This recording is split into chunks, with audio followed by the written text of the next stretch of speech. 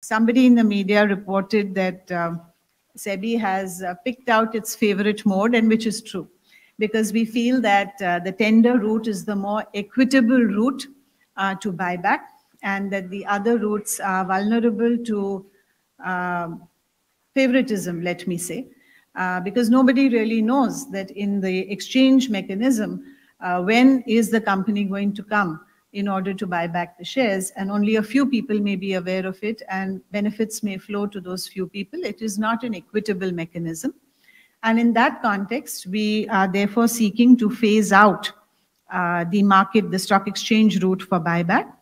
But in the interim, since we don't want to have any knee-jerk reaction to anything, and we have given a glide path, in the interim, we propose that there will be that minimum utilization of the earmarked amount should be increased from 50% to 75%, which means that if you announce a buyback, you must at least do 75% buyback.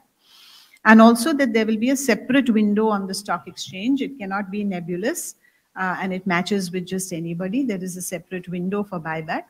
And that will also assist going forward in terms of identifying the tax-related issues, which are important in the whole buyback mechanism.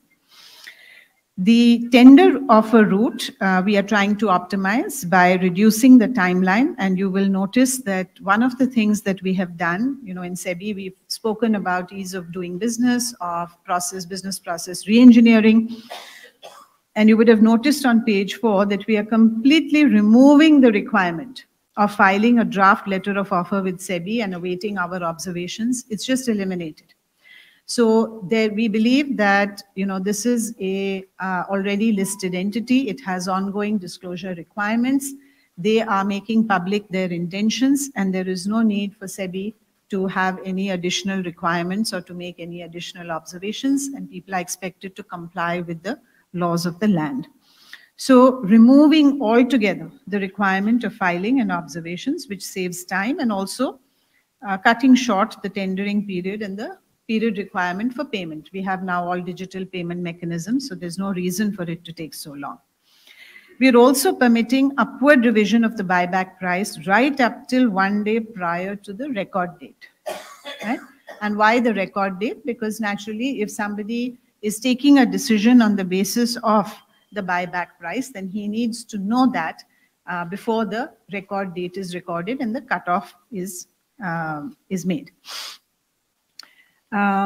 There's also some mandatory dissemination of information that is in line with our usual philosophy of disclosure and transparency. And overall, we hope that this will really streamline the buyback process, also create a level playing field for all investors once the stock exchange route is phased out.